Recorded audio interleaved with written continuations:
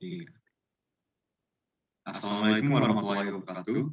Perkenalkan, kami dari kelompok 10 kelas B Filsafat. Jadi di sini kami akan menjelaskan mengenai language and definition.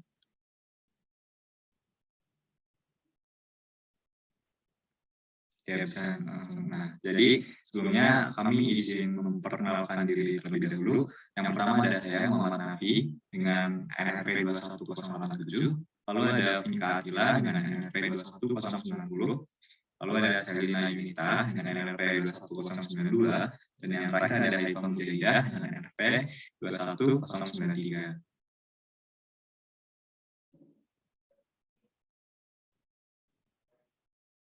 Oke, yang pertama kita harus mempelajari terlebih dahulu tentang fungsi dari language atau fungsi dari bahasa. Jadi penggunaan bahasa harus dibedakan dari bentuk-bentuk bahasa. Artinya apa? Itu beberapa penggunaan bahasa, seperti contohnya fungsi dalam informatif, dalam pengekspresian diri, atau dan lain-lain. Nah, ini nanti diimplementasikan menggunakan bentuk yang berbeda. Ya, misalnya kalimat atau satuan bahasa yang kita nyatakan lengkap dengan pola pikiran, mungkin bakalan deklaratif dalam bentuk atau seruan, ataupun imperatif atau interrogatif. Nah, ketika kita bernalar, kalimat kita biasanya deklaratif. Ketika kita mengekspresikan emosi kalimat kita, misalnya saya ambil contoh, itu luar biasa. Nah, itu biasanya nanti ada sering kali seruan. Itu tandanya kalimat itu bisa menggambarkan suatu emosi dalam suatu kalimat. Lalu ada ketika kami berusaha untuk langsung melakukan kalimat kami, misal lepaskan bajumu, artinya ini cenderung imperatif ya, jadi kata ini cenderung lebih ke arah menyuruh. Nah, dalam bentuk-bentuk itu, tetapi tidak ada korelasi yang ketat antara fungsi dan bentuk. Artinya apa? Jadi setiap kata-kata yang deklaratif atau kata-kata yang dengan informatif ataupun ekspresi itu tidak ada kelainan dalam bentuk maupun fungsi. Bisa di next slide.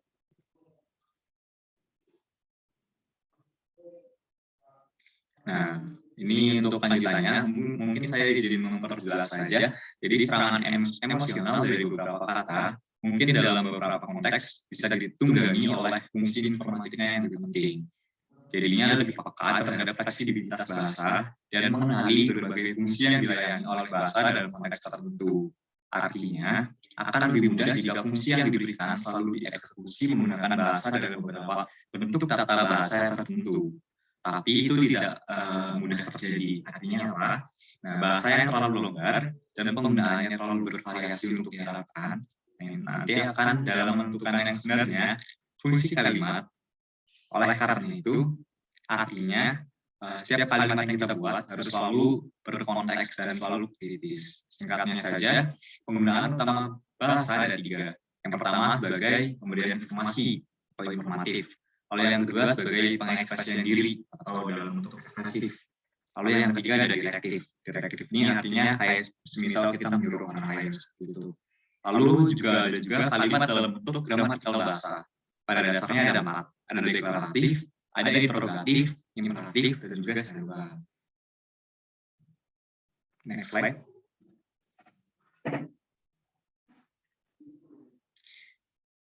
Nah, ini kesimpulan dari fungsi language atau fungsi bahasa, yaitu tidak ada koneksi yang pasti antara bentuk gramatikal suatu bagian dan penggunaan atau penggunaan dari pengarangnya dalam tendensi.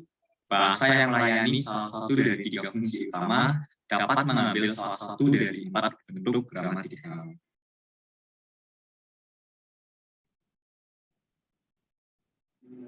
Ya, next slide.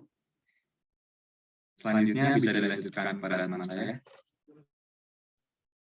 Baik, izin untuk melanjutkan. Yang selanjutnya di sini ada bahasa emosional, bahasa netral, dan perselisihan. Untuk penggunaan bahasa yang cerdas sendiri itu dapat bersifat menipu atau manipulatif. Kemudian jadi kalau misalkan penggunaan bahasa yang ceroboh itu dapat mengakibatkan kesalahpahaman dan perselisihan yang tidak perlu. Untuk kata-kata yang kita gunakan itu untuk mencapai kepercayaan mungkin dapat netral dan tepat, tetapi bisa juga mempengaruhi sikap pendengar kita.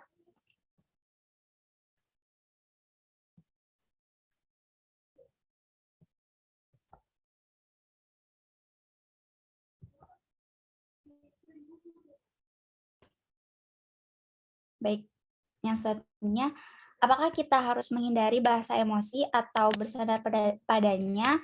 Itu tuh bergantung pada tujuan bahasa yang dimaksudkan untuk digunakan dalam konteks. Kemudian untuk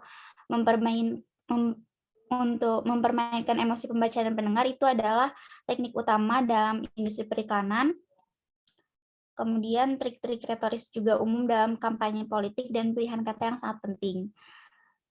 Kemudian apabila terjadi perselisihan, perbedaan di antara pihak-pihak yang mengarah kepada perbantahan itu bisa jadi merupakan ketidaksepakatan dalam kepercayaan tentang fakta-fakta atau ketidaksepakatan dalam sikap tentang fakta-fakta yang memang disepakati. Contohnya di sini ada perselisihan antara X dan Y tentang undang-undang yang mengotorisasi hukuman mati untuk pembunuhan untuk pembunuhan. X dan Y ini mungkin setuju atau mungkin juga tidak setuju mengenai fakta-fakta apakah hukuman mati ini benar-benar merupakan pencegah pembunuhan yang efektif. Baik, bisa dilanjutkan untuk presentasi selanjutnya.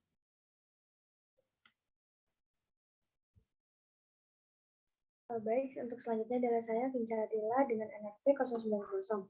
Jadi di sini membahas mengenai disputes and ambiguity, di mana artinya adalah banyak perselisihan, baik tentang keyakinan atau tentang sikap adalah asli. Namun beberapa perselisihan hanya bersifat verbal yang timbul hanya sebagai akibat dari kesalahpahaman dari linguistik tersebut. Nah, untuk mengungkap dan menyelesaikan ketidaksepakatan verbal, ambiguitas itu harus diidentifikasi dan maka alternatif dari istilah krisis dalam perselisihan harus dibedakan dan diklarifikasi. Oke, boleh next slide, Haifa.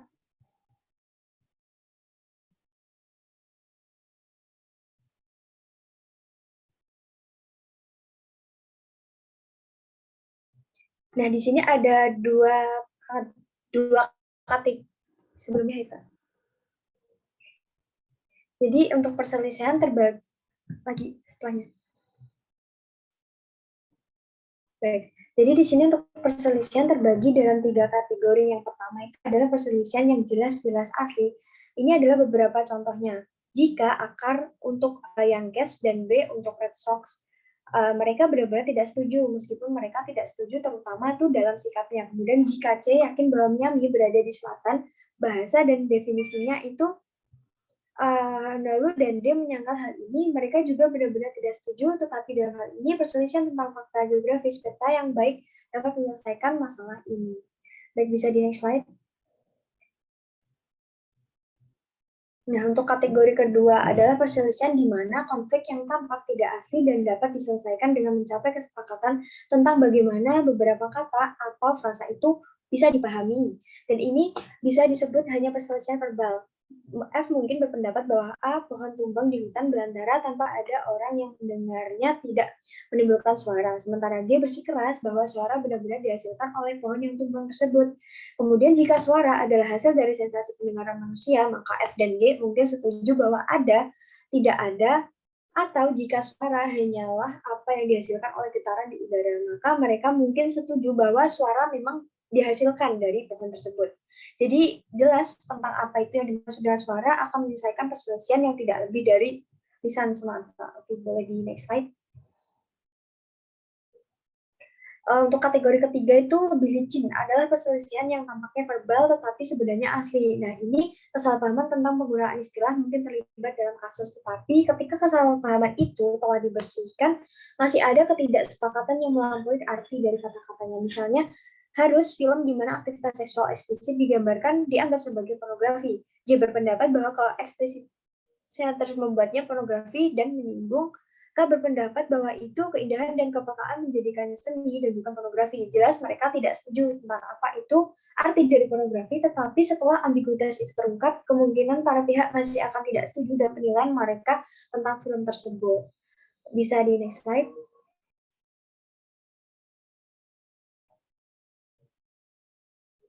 Baik, mungkin bisa dilanjutkan ke presentasi selanjutnya.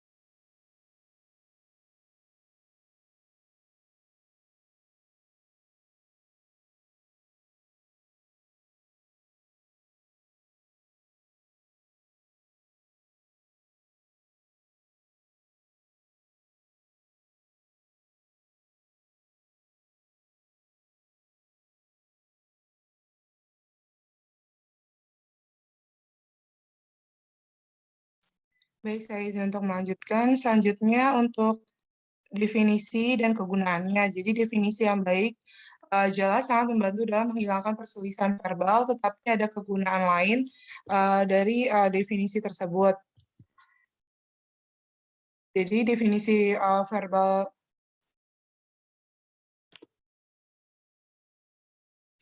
jadi kegunaan lain dari definisi yang penting dalam logika. Nah, sebelum membedakan penggunaan ini, satu fitur dari semua definisi itu harus ditekankan. Definisi adalah definisi simbol atau bukan objek, karena hanya simbol yang memiliki arti yang dapat dijelaskan oleh definisi. Bisa di next.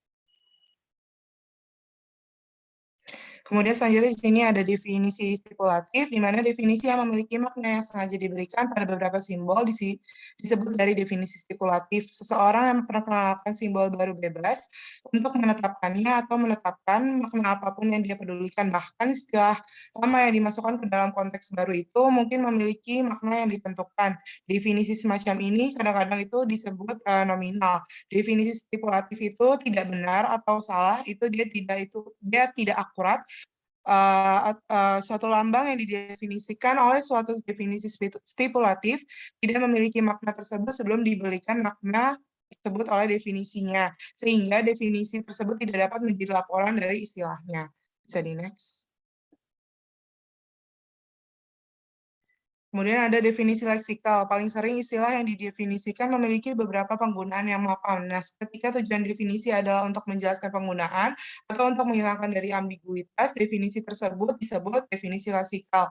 Nah, definisi leksikal itu dia melaporkan makna yang sudah dimiliki oleh definiendum. Laporan itu mungkin benar atau salah, dan oleh karena itu jelas bahwa dari definisi leksikal ini dia bisa benar atau bisa salah.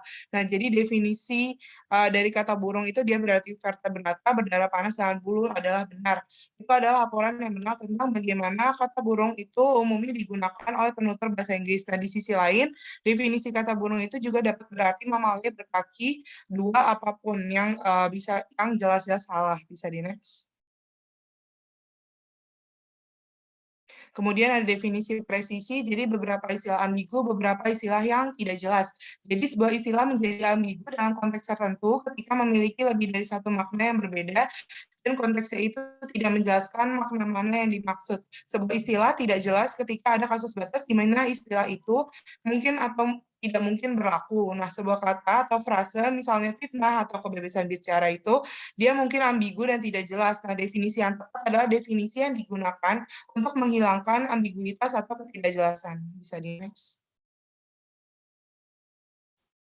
Kemudian ada definisi teoritis dalam ilmu pengetahuan dan dalam ilmu filsafat. Definisi itu sering berfungsi sebagai ringkasan berkompresi atau rekapitulasi dari beberapa teori. Nah, definisi seperti itu ketika salah dikritik bukan karena tidak tepat, tetapi karena tidak memadai, karena mereka itu dia tidak merangkum dari teori yang bersangkutan dengan benar. Bagaimana misalnya kita harus mendefinisikan kata planet selama bertahun-tahun, itu kan kita yakini dengan sedikit kontroversi, dan semua anak itu diajari bahwa planet itu hanya benda yang mengorbit mengelilingi matahari, dan bahwa ada 9 planet di tata surya ya.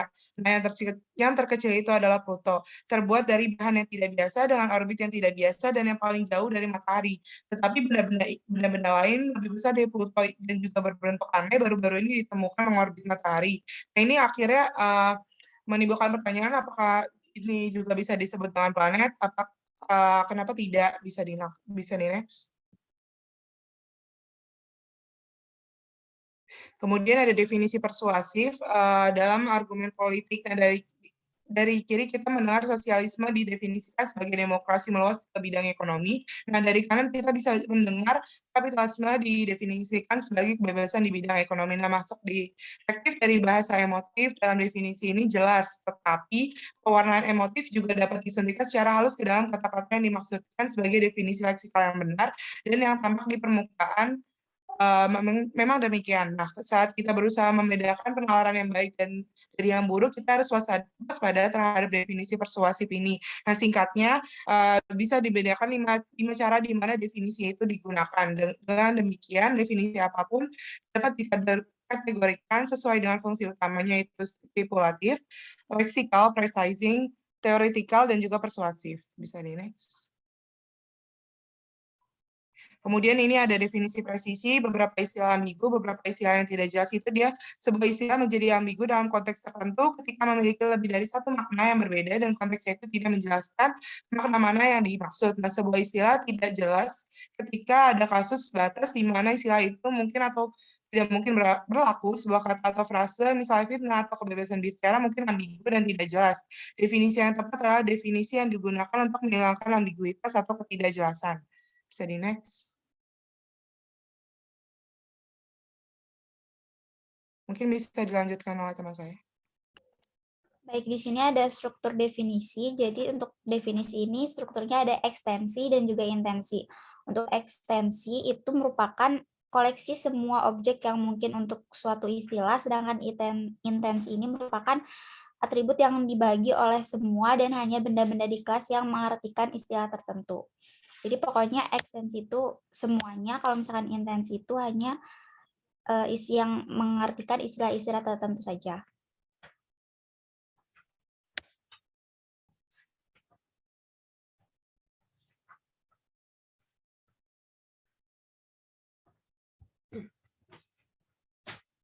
Baik, bisa dilanjutkan.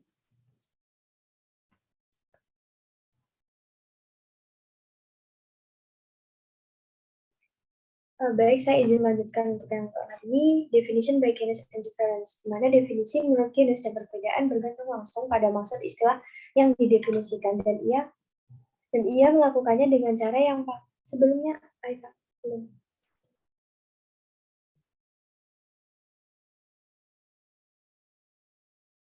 Baik. Jadi di sini ia melakukan dengan cara yang paling membantu. Dan untuk mengingat penggunaannya yang sangat umum, kami melihat dengan cermat definisi jenis ini. Definisi menurut genus dan perbedaan disebut juga definisi analitis atau dengan nama latinnya definisi per genus et differentia. Baik, bisa di next slide.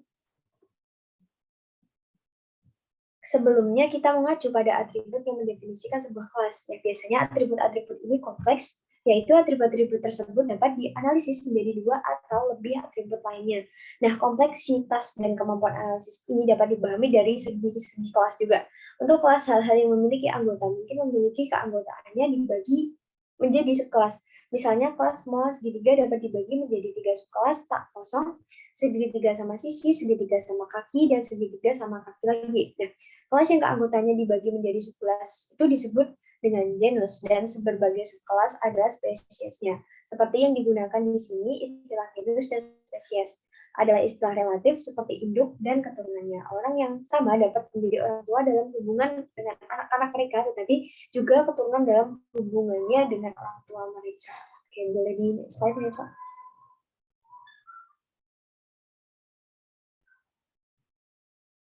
Baik, jadi kelas adalah kumpulan dari entitas yang memiliki beberapa karakteristik umum. Oleh karena itu, semua anggota genus tertentu memiliki beberapa karakteristik yang sama. Semua anggota poligon atau genus ini misalnya berbagai karakteristik makhluk gambar bidang tertutup dibatasi oleh segmen garis lurus nih.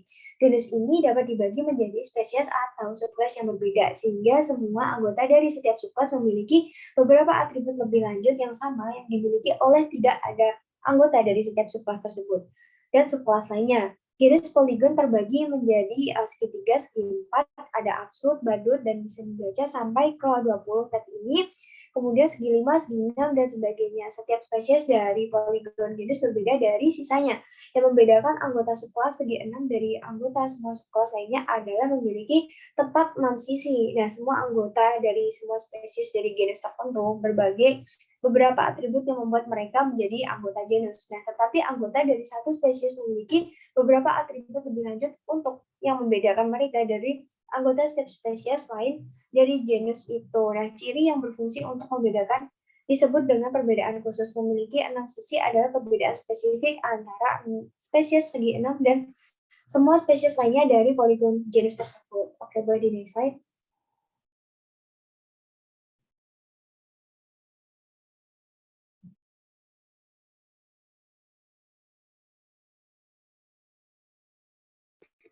Saya izin untuk melanjutkan. Jadi di sini ada 5 aturan baik yang ditetapkan secara tradisional. Aturan yang pertama, definisi harus menyatakan atribut esensial spesies. Aturan yang kedua, definisi tidak boleh melingkar. Aturan yang ketiga, definisi tidak boleh terlalu luas atau terlalu sempit. Aturan yang keempat, bahasa yang ambigu, tidak jelas atau kiasan tidak boleh digunakan dalam definisi.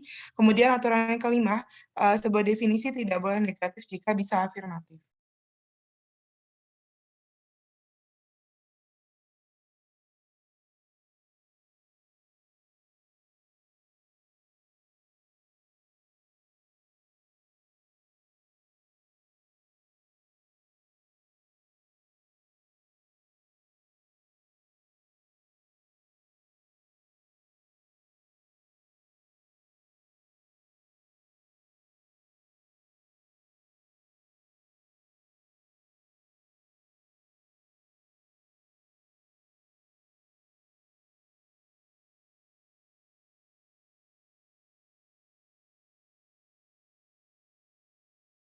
Baik, mungkin sekian dari kelompok kami. Kurang lebihnya mohon maaf. Wassalamualaikum warahmatullahi wabarakatuh.